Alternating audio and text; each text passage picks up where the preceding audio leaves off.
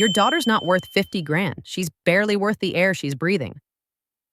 My aunt said that inches from my face, and then she spit on me, like I was trash. The whole room froze. My dad didn't even blink. He just swirled his drink like this was normal. And that day, my father tried to steal my daughter's college fund to pay for my brother's gifted son to chase an Ivy League dream. 15 years later, that same family watched my average girl step out of a helicopter and walk straight toward the people who broke us. Before I tell you what she put into my aunt's shaking hands, hit like if you've ever been treated like the wrong kid. Comment where you're watching from and what time it is there. I grew up in a house where love had rules, and the rules were written for men. My father, Howard Monroe, didn't say it out loud every day, but he didn't have to. The walls said it for him. The hallway was a shrine to my brother Derek. Football photos, business headlines, a framed Young Entrepreneur Award like it was a Nobel Prize. My accomplishments? I was a nurse. 25 years in the ER. I've held people together with my bare hands and a prayer, and my dad once called it a cute little job. Meanwhile, Derek was the future. Tiffany, my younger sister, spent her whole life auditioning for Dad's approval, like it was a role she could win if she smiled hard enough. And then there was my daughter, Ava. Ava wasn't a prodigy. She wasn't a pageant kid. She was a good student. Solid grades, kind heart, quiet grit. The kind of kid who never made noise about what she needed, which in our family meant she got ignored. When Derek's son Logan got accepted into an Ivy League school, it was like someone lit fireworks inside my father's chest. Champagne came out, real champagne, the kind he saved for important moments. Not for my graduation, not for my promotions, not for raising a child alone after my ex disappeared like I was a mistake he could erase. And here's the thing nobody wanted to say out loud. Derek didn't have the money. 3 weeks later, my phone rang after a double shift. 2 codes, a car wreck, a mother screaming in a hallway because her kid couldn't breathe. I was dead on my feet when I heard my father's voice. Cold, official. Family meeting, Sunday, 2 o'clock. No hello, no how are you, just a summons. That weekend, I drove Ava to the old house in silence. She stared out the window and finally whispered, "Mom, do we have to go?" "Your grandfather specifically asked for you," I said. And even as the words left my mouth, they felt fake. My father didn't ask for Ava. He demanded things. People. Money. The living room was already staged when we arrived. Derek and his wife sat on the couch like they'd rehearsed concern. Logan stood near the fireplace wearing an Ivy League shirt like he'd already won life. Tiffany perched on a love seat, eyes sharp, mouth ready. And my father sat in his chair like a judge who'd already decided the verdict. He gave a speech about legacy, about our name, about how Logan was the future of everything the Monroes had built. Then he turned to me like I was a cashier and he'd finally reached the register. "Rachel, you have $50,000 set aside for Ava's education." My stomach dropped. Not because it was true, I did, thanks to my grandmother Evelyn Hart, but because he said it like he owned it. "That money," he continued, "should go to Logan. Ava's going to community college. It's simple math." Ava went still beside me, like her body forgot how to breathe. I tried to speak, but Derek slid in with that syrupy voice people use when they want something from you. "You're the responsible one. You've always been practical. This is bigger than you. Bigger than me, bigger than my kid." I looked at my daughter and felt something inside me begin to boil. Not anger, something cleaner, something sharper. The moment you realize you're not asking for respect anymore, you're demanding it. "That money isn't mine," I said. "It's Ava's." Tiffany laughed.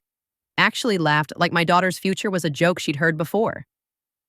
"Be real, Rachel," she said, standing up. "Your kid is average. She'll end up exactly like you. A nobody. And you want to waste 50 grand on that?" I felt Ava's hand tremble in mine. And then Tiffany stepped close enough for me to smell her perfume and her cruelty. "You've always played the victim," she hissed.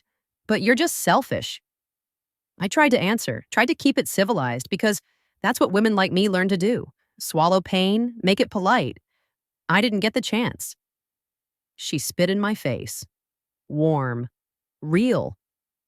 Sliding down my cheek while the room went silent in that special way silence gets when everyone agrees you deserve it. My father watched. Derek stared at the floor. Logan inspected his fingernails like this was none of his business.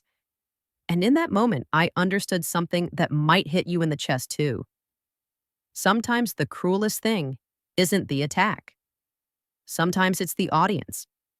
If you've ever been humiliated and realized nobody was coming to save you, you know what I'm talking about. I wiped my face slowly, like I was wiping away the last excuse I had for staying. Then I said the only thing that mattered. My grandmother set up a trust. It's irrevocable. An independent bank controls it. None of you can touch a dime. The room shifted. My father's eyes narrowed. Derek started stammering. I stood up, took Ava's hand, and looked my father dead in the face. Don't contact us again. He threatened to cut me off like it was a punishment. And I remember thinking as we walked out, you can't exile someone who's already emotionally orphaned in your house. Before we jump to what happened next, tell me in the comments, would you have walked out too? Or would you have tried to keep the peace? The first year after we cut them off wasn't inspiring. It was survival. No family holidays, no birthdays, no just checking in. When you're raised in a toxic house, you think distance will feel like freedom immediately. Sometimes it feels like grief first. Sometimes it feels like your body doesn't know what to do without bracing for impact. Ava and I lived in a small house where the porch creaked and the paint needed help I couldn't afford. I worked extra shifts, nights, weekends, holidays, the kind of shifts that mess with your sleep and your spirit. Ava went to community college and worked part-time, taking the bus because we didn't have money to waste on convenience. There were nights I would sit at the kitchen table after a brutal ER shift, staring at a bowl of rice and beans, thinking, did I do the right thing? Because here's the ugly truth nobody admits on inspirational videos. Standing up for yourself can be expensive. Sometimes you pay in comfort. Sometimes you pay in loneliness. But then I'd remember Tiffany's spit sliding down my face and my father's voice, you deserve that? And I'd feel the answer settle like a stone. Yes, I did the right thing. Ava never complained, not once. She studied like it was her second job. Then she transferred to a state university and commuted an hour each way because dorms were out of reach. She'd come home exhausted, hair in a messy bun, and still crack open her laptop like she was chasing something invisible. Mom, she told me one night, I'm not the smartest person in the room, but I can outwork anybody. That sentence is a weapon when the world has labeled you average. After she graduated, she got a customer support job at a small tech company, entry-level pay, nothing glamorous. But she started learning to code after work. I'd wake up at 2 a.m. and find her at the kitchen table, eyes red, fingers moving like her life depended on it. And maybe it did. She entered a hackathon, some competition about building solutions for environmental problems. She didn't win. But a man in a blazer, an investor, asked for her contact information. A few years later, my phone rang and her voice sounded like it was holding back a tidal wave. Mom, I think something big is happening. She told me a venture group wanted to invest. Not a loan, not a favor. Real money. $500,000. I sat down so fast I almost missed the chair. She started a company, Bright Trail Systems, a platform helping businesses cut energy waste. I didn't understand the technical details, but I understood my daughter's face, the focus, the pressure, the way her jaw tightened when she said, I'm doing this. The first few years were brutal. She worked 18-hour days, lived small, drove a beat-up car like she was still that community college kid. Twice the business almost collapsed. An employee quit, a contract fell through, but Ava didn't have the luxury of entitlement. That's what people like my father never grasp. When you're not handed confidence, you build it out of broken pieces. While Ava was building, I heard rumors through my grandmother's friend, Mabel, an older woman with a church lady gossip network that could detect a lie from 3 counties away. Logan dropped out, she told me one afternoon, almost whispering. Derek says it's a gap year. It's been years. My stomach didn't leap with joy, it just felt heavy.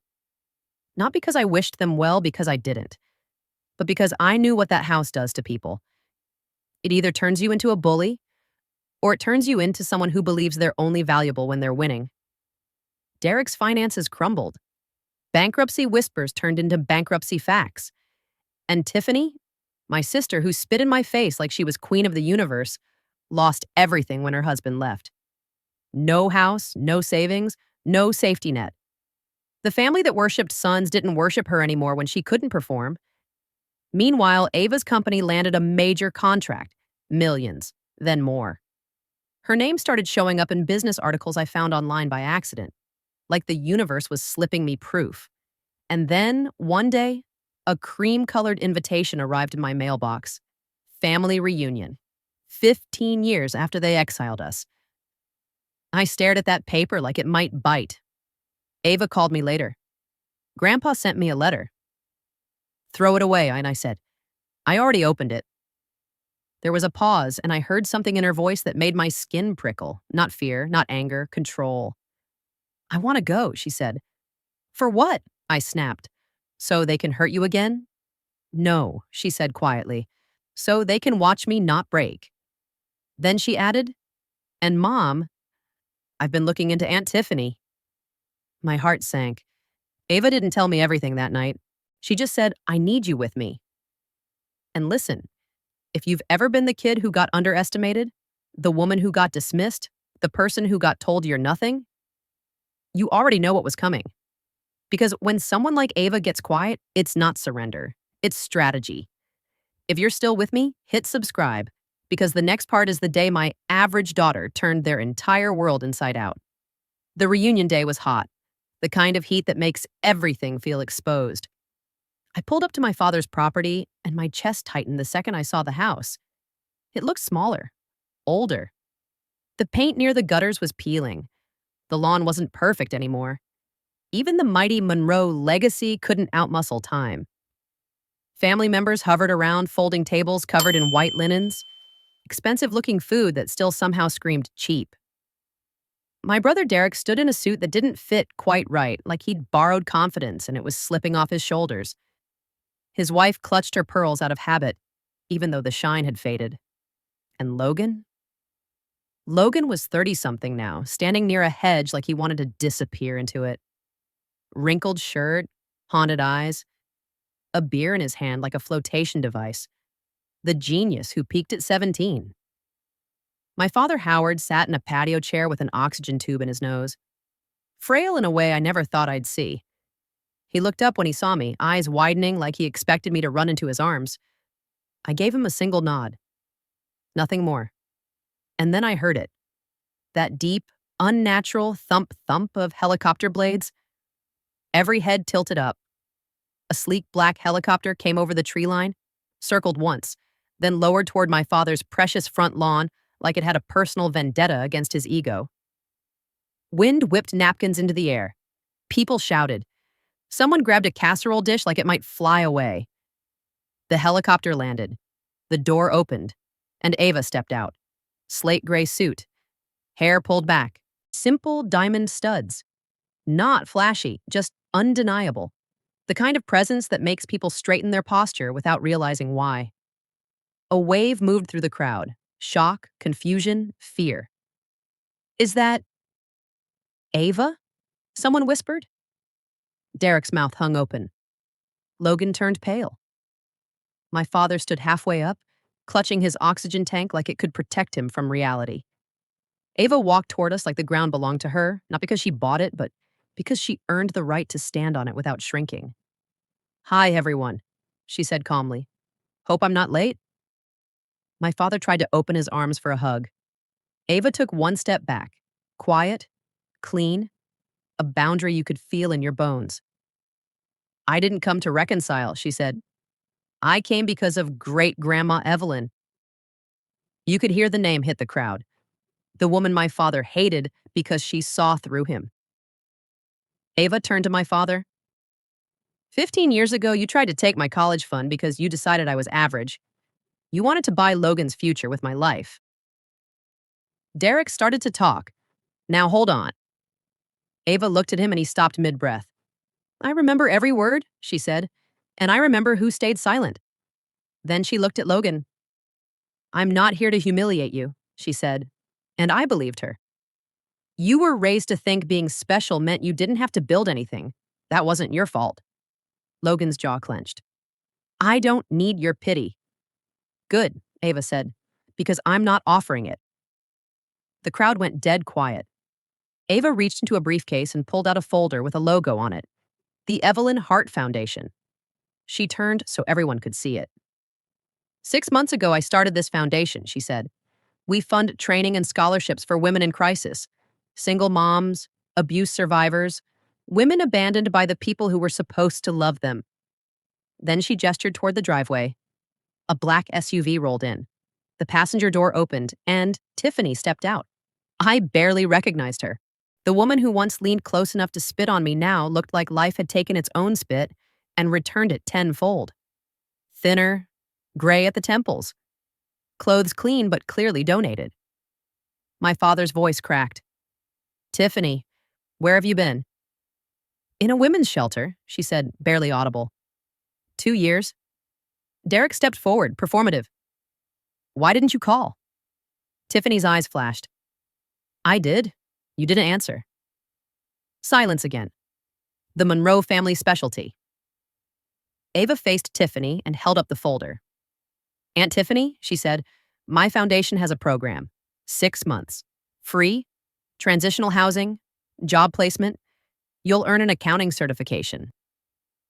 Tiffany stared like she didn't understand the language of kindness. After what I did to your mother, she whispered. Ava's voice sharpened. This isn't forgiveness. I remember the spit on my mom's face. I remember you calling me worthless. People shifted uncomfortably. Good, let them squirm. But this foundation isn't about what you deserve, Ava continued. It's about who I choose to be. She extended the folder. Tiffany's hand shook as she took it. Tears poured down her face. Real tears. The kind that mean the person inside finally met the consequences. She turned toward me. Rachel, I'm sorry. I felt anger rise. Old anger, righteous anger, and then something else. Relief. Keep the apology, I said quietly. Just don't waste the chance. My father sank back into his chair like his bones gave up. He didn't apologize. Men like him rarely do. But his face said it all, the collapse of a worldview that required women to stay small so he could feel tall. Ava stepped beside me and took my hand. And in that moment, I want you to ask yourself something. Because this is where the story stops being about my family and starts being about yours. If you got the power to hurt the people who hurt you, would you use it? Or would you do what my daughter did? Hold the line, keep your dignity, and choose to be the person they never had the courage to become. 6 months after that day, Tiffany finished the program. She didn't magically become my best friend. Healing isn't a movie. But she got a job, a tiny apartment, and something she never had in our family, a future that didn't depend on pleasing a man. Logan never took Ava's offer. He stayed angry, stayed stuck. And my father, he never said, I'm sorry. He just got quieter, like the truth finally got too heavy to argue with. And me, I used to think walking away made me the villain, like I was breaking the family. Now I realize the family was already broken. I just stopped bleeding for it. So, am I in the wrong? For refusing to hand over my daughter's life savings? For cutting them off? For letting them watch the consequences in real time?